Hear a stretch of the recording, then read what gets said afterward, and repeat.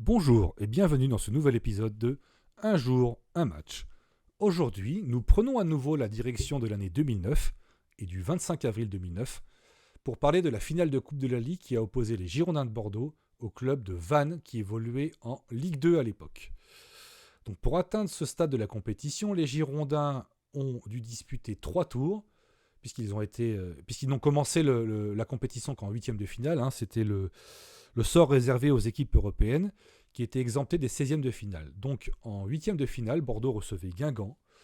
Et Bordeaux n'a fait qu'une bouchée du club breton, puisque les Girondins se sont imposés 4-2 grâce à des buts de Tremolinas, Cavenaghi et un doublé de Gabriel Aubertan. Et c'est Eduardo dos Santos, l'attaquant brésilien guingampais, d'ailleurs qui leur permettra de gagner la Coupe de France en 2009, qui avait réduit l'écart sur pénalty d'abord, puis dans le jeu ensuite. Ensuite, les Girondins étaient confrontés à Châteauroux. Victoire 2-1 des Girondins, grâce à des buts de Johan Gouffran, son premier but de la saison sous les couleurs girondines, et grâce à David Bellion, qui avait réalisé une super saison 2007-2008, mais qui là est un peu plus en retrait, notamment en raison des performances de Fernando Cavenaghi, le Torito, El Torito, le goleador argentin, et aux performances de plus en plus époustouflantes de Marwan Chamakh à la pointe de l'attaque.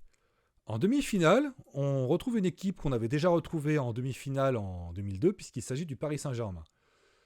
Ici, le scénario du match sera tout autre, puisque les Girondins ne vont laisser absolument aucune chance aux Parisiens.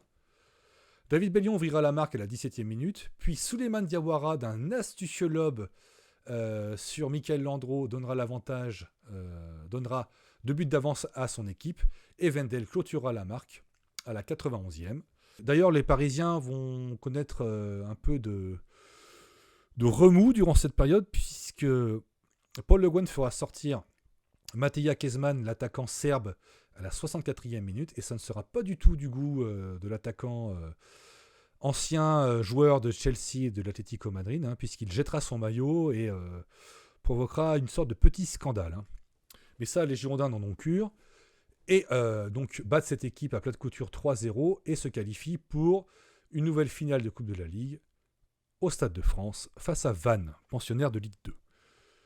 Et pour parler de cette finale, quoi de mieux que un extrait du dernier règne des Girondins, livre sorti en 2023 mais qui revient sur l'année civile 2009 réalisée par les Girondins, qui les ont vus dominer le football français d'abord en remportant leur 6e titre, puis européen en terminant la phase de poule de la Ligue des Champions avec 16 points sur 18, soit le plus grand total de la compétition cette année-là. Donc, les Girondins abordent la rencontre face à Vannes, pensionnaire de Ligue 2, avec une équipe mixte où Valverde, Placente, Juriati et Traoré remplacent Ramé, Tremolinas, Chalmé et Diarra, respectivement.